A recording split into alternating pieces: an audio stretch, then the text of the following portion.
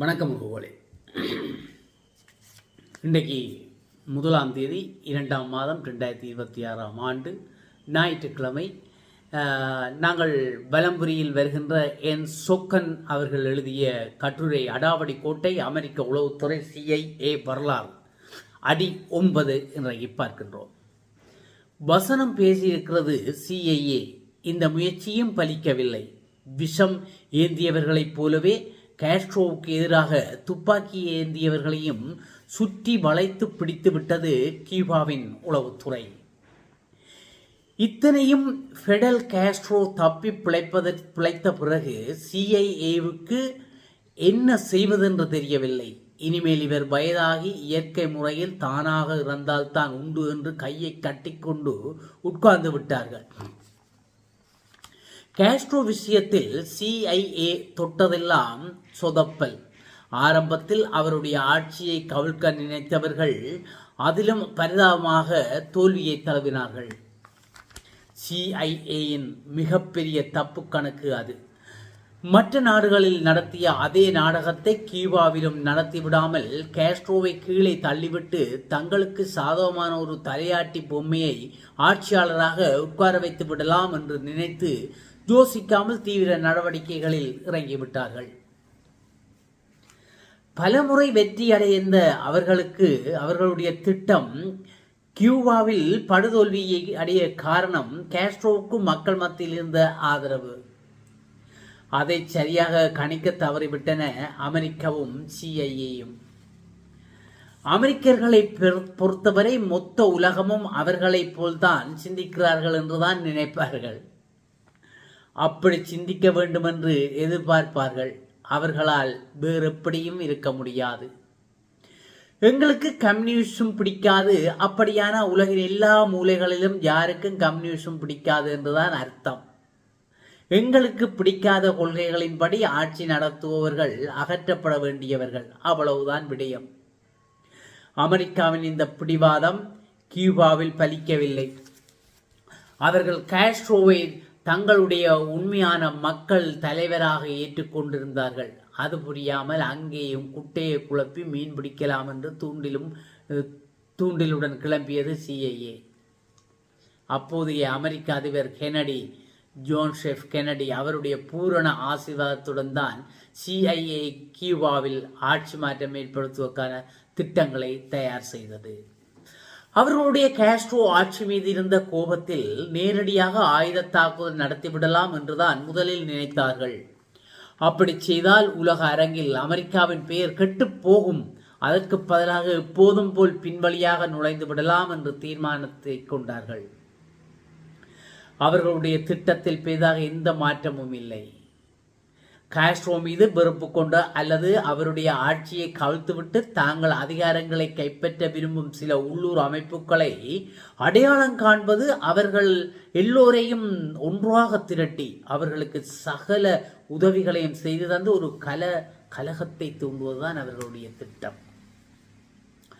காஸ்ட்ரோவுக்கு எதிரான கலகக்காரர்கள் தங்கள் தாக்குதலை தொடங்குவதற்கு பிக் வளைகுடா என்ற பகுதி தேர்ந்தெடுக்கப்பட்டது. பின்னர் இந்த திட்டத்துக்கு பிக் வளைகுடா ஆக்கிரமிப்பு என்றே பெயர் சூட்டப்பட்டது.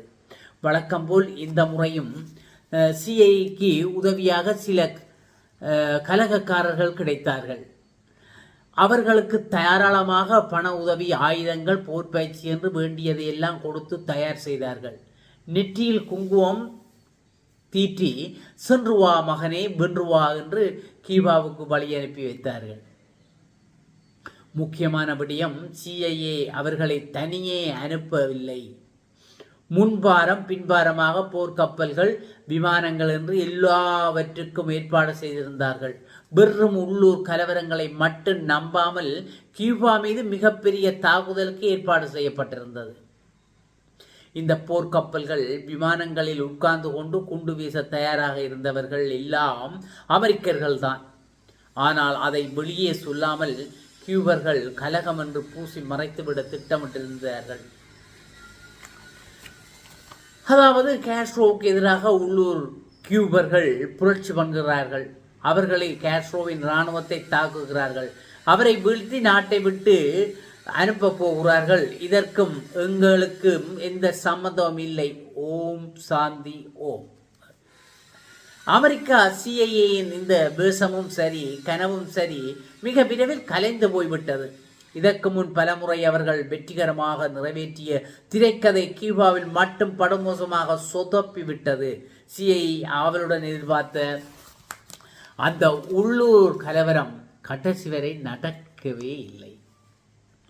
ஃபெடல் காஸ்ட்ரோவுக்கு எதிராக அவர்கள் அனுப்பி வைத்த கலகக்காரர்கள் கியூபாவின் சாதாரண பொதுமக்களிடம் சிக்கிக்கொண்டு உதைபட்டார்கள். காஸ்ட்ரோவுக்கு எதிராக நாங்கள் என்று அவர்கள் பேசத் தொடங்கும் முன் மக்கள் அவர்களை பிடித்து போய் காவல்துறையிடம் ஒப்படைத்து விட்டார்கள். எந்த நாட்டு மக்கள் என்ன நினைக்கிறார்கள் என்பதை பற்றி சிஏக்கு எந்த அக்கறையும் கிடையாது. பெரும்பான்மை மக்களால் தேர்ந்தெடுக்கப்பட்ட அரசுகளை கவிழ்ப்பது அவர்களுக்கு அப்படியொன்றும் கஷ்டமான விடயம் இல்லை. அதனால் கியூபர்களிடையே சிஏஏ நினைத்து பார்க்க முடியாத அளவுக்கு ஒற்றுமை தெரிந்தது. காஸ்ட்ரோவை அவர்கள் முழுமையாக நம்பினார்கள். அவருக்கு எதிராக செயல்படுவது அந்த கடவுளை ஆனாலும் சரி, அவரை பிடித்து உள்ளே போடு என்று கத்தினார்கள். இந்த விடயத்தில் அவர்களை பிரித்தாளுவது சாத்தியமே